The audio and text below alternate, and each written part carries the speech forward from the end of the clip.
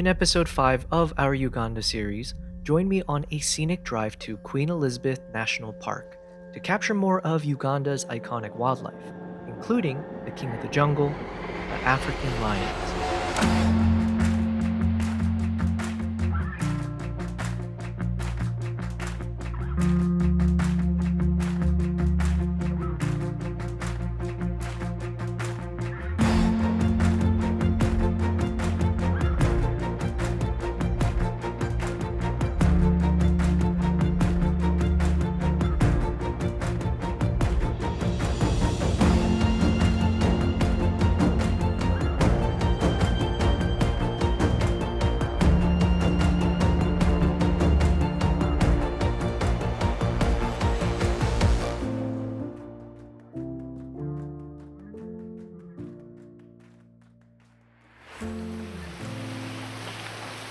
Alright, I'm recording this from Papyrus Guest House. I think I'm on day 5 of the trip.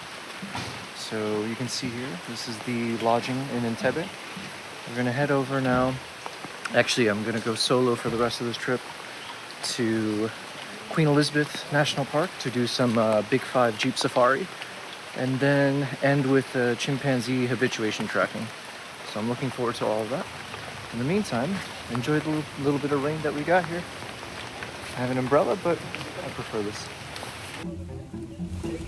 After saying goodbye to my amazing client Delphine and the wonderful staff at Papyrus, I was ready to kick off today's adventure, starting with our drive through rainy Uganda territory. And as we enjoy the moments of hustle and bustle of a nearby farmer's market, a quick reminder to hit the like, subscribe, and alert bells if you enjoy the content.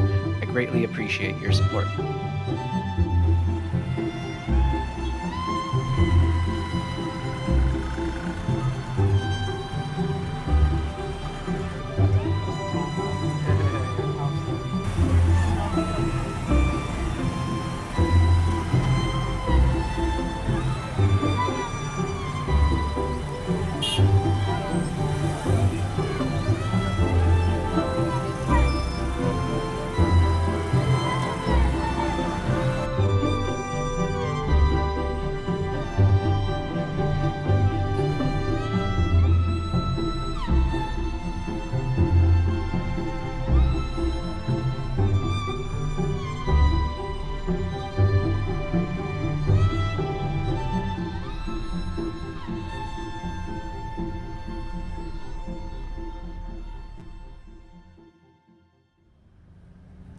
End of August, it's really a peak season. Yeah.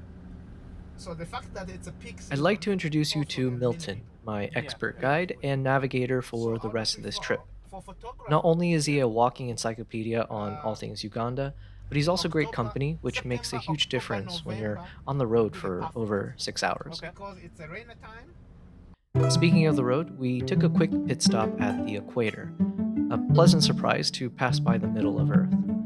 Anyways, enjoy the views from the road as we carried on with our journey.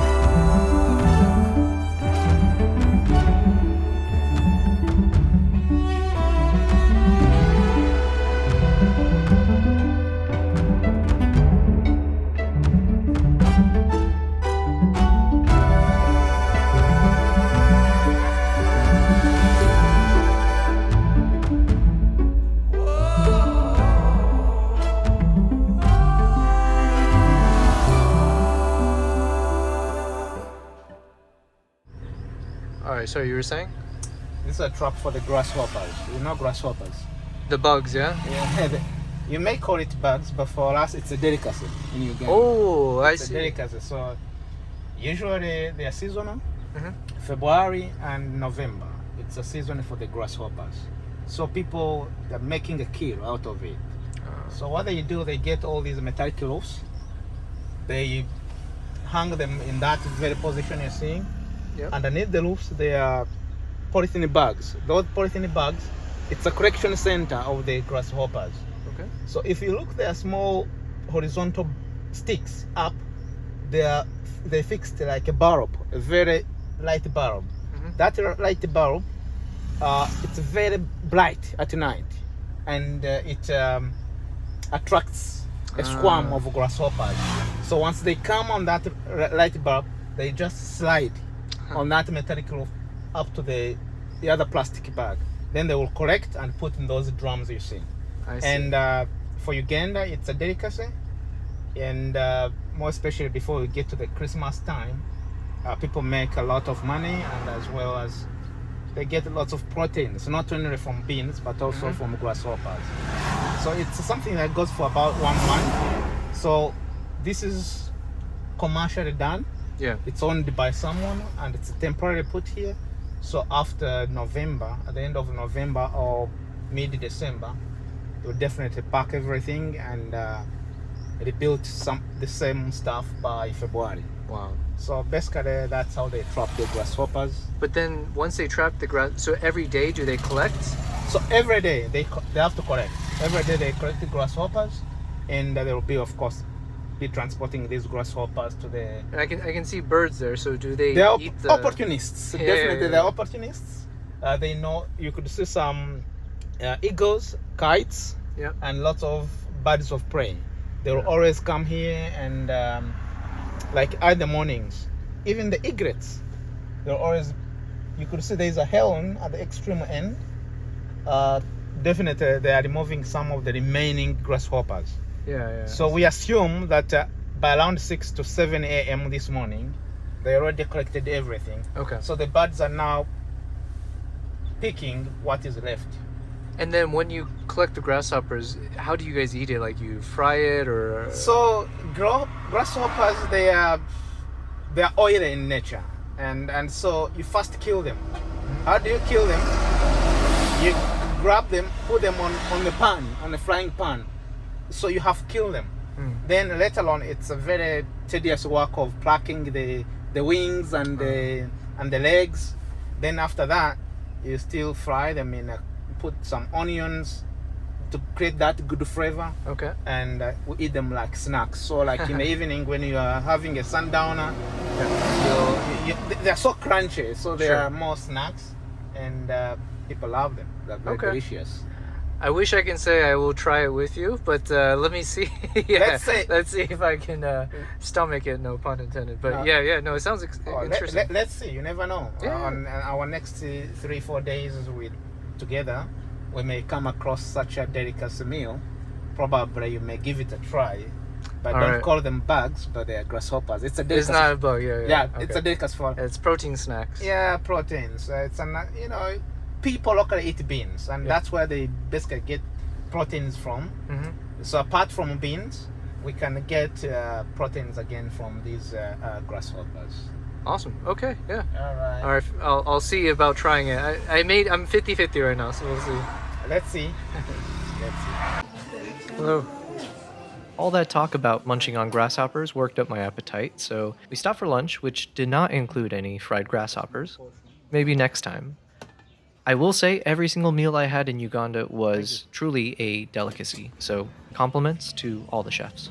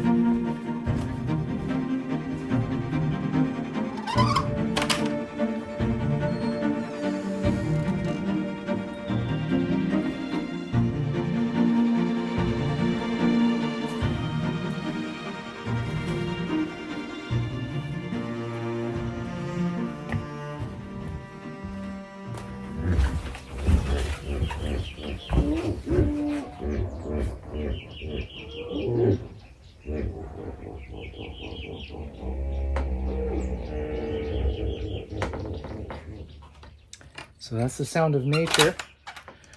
I don't know which day I'm on of this trip, but I'm actually recording from a place called Queen Elizabeth National Park. So you might have just heard the sound of, I have no idea what it was. Let's go with a hippo for now. So I'm staying at the Bush Lodge. I'll be here for a couple days. So I'm on a scouting trip right now to see more parts of Uganda. So this part is more of a big 4, big 5 type of trip. So hopefully we'll get some shots of lions and leopards and other amazing animal. Then after 2 days, I'm heading over to Kibale, where we'll do some chimpanzee trekking. So I'm pretty excited about it. You can see even in this lodge, we're pretty close to the wildlife. So this is that's where I'm staying, right there.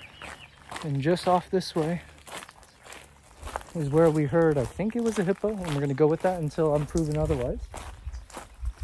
But yeah, very exhausted, but I'm so excited for this next part of the trip. So follow me, guys.